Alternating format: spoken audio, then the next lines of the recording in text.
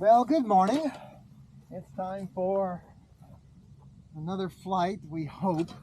As you can see from the clouds above, it is a little bit foggy, a lot foggy, and it is 100% covered. I am not allowed to fly above the clouds and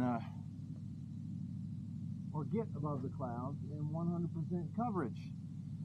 So, one of two things has to happen today. Either the clouds have to disperse enough that I can get through a hole, following the legal limits of where I can fly, or I have to stay below the clouds. Now, right now, the cloud deck's at 3,000 feet. So, technically, I could fly up to about 1,000 feet and be fine. But my goal today is 10,000 feet.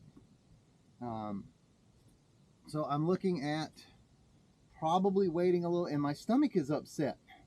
I don't know why. I'm not sure what I ate other than pizza yesterday. I'm not sure what I ate. It might have set my stomach off. But I've been to the little pilot's room twice already. Let's see. Yep. I've been to the little pilot's room twice already this morning, and I'm really hoping that my stomach is going to calm the hell down so I can actually go fly. Okay, so kind of worried about that. Nothing would suck like being at 10,000 feet and all of a sudden having to have the squirts. So there's no, at my level of experience, there's no easy way to get down from 10,000 feet. You just got to glide. I don't know how to do big ears and all those fancy moves yet.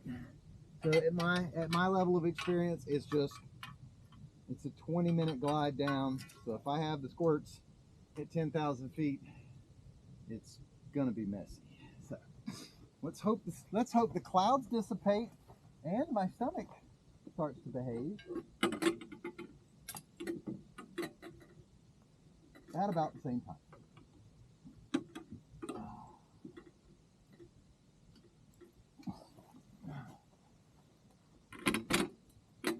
So, goals for today's flight. First of all, of course, I already said I want to get to 10,000 feet. But why do I want to get to 10,000 feet? Well, a couple of things. That's really kind of where I started. When I went skydiving that first time, we jumped from 10,000 feet. Now, I hear a lot of skydives actually start from 12,000 feet, but we were on the coast of Wilmington, North Carolina, and that was a perfect setup for a 10,000 foot skydive because we went right down to sea level.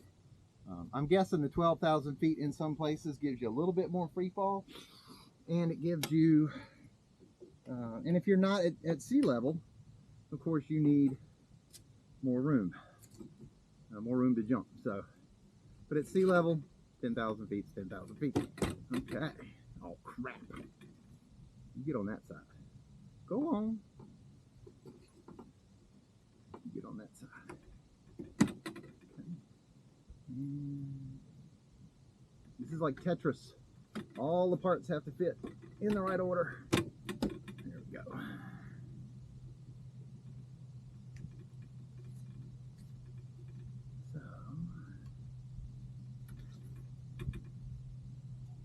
And the purpose of these straps is just to keep the hoop sections together on the ends.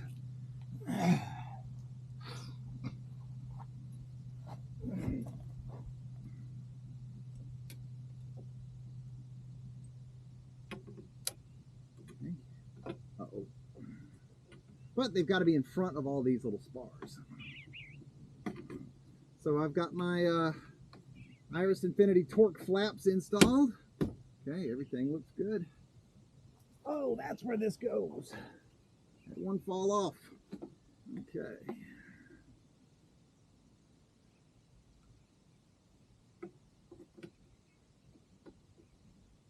Now, Yeah, I'm gonna have to go back to the bathroom. But I got the code to the airport now. That's nice. I was scared I was gonna have to do it backpacker style and run off into the woods. I don't think I would have made it anywhere else. But I didn't have to do that. That would have been completely disgusting.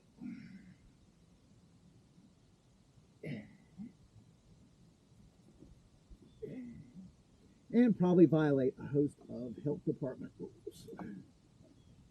Come on, get behind there. There we go. All right. Okay. Now, double check that this looks good.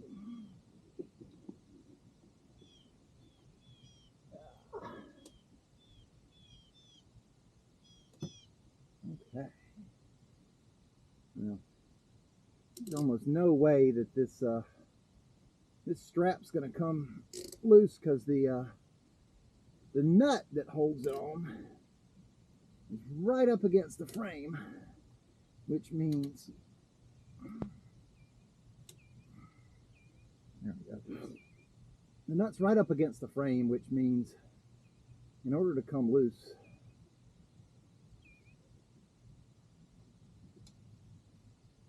it would have to be completely loose and with force pulling forwards. I wonder what these are. I got this as a demo unit, and it's got these little pieces of what look like vinyl or electric tape. I'm wondering if it got scratched up in shipping back from Salton Sea, and they just put electric tape on it. So, genuinely curious about that. Okay, so there's my unit. It's put together. Now, a couple of things I didn't like last trip. First of all,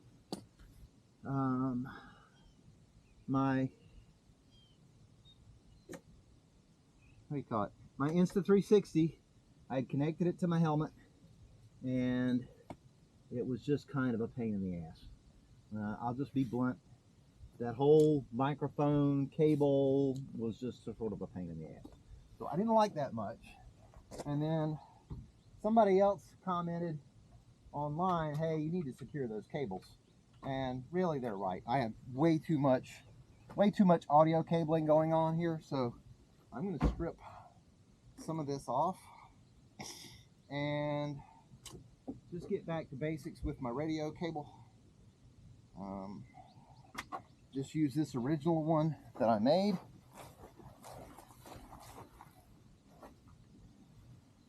So I don't have to worry about anything. No, I can always do a voiceover later if I want to.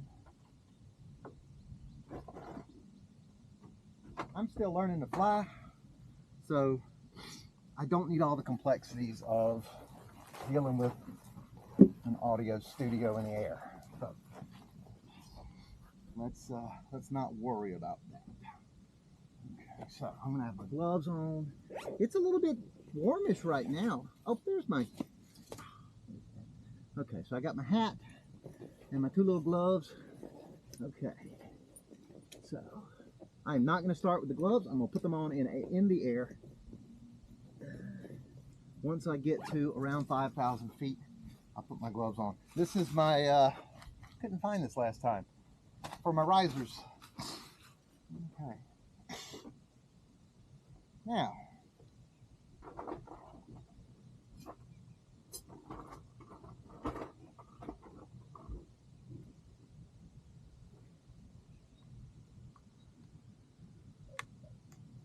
I do need to work on my helmet. My earpiece is flopping around. So I'm going to work on that, and then I'm going to come back after I go to the bathroom.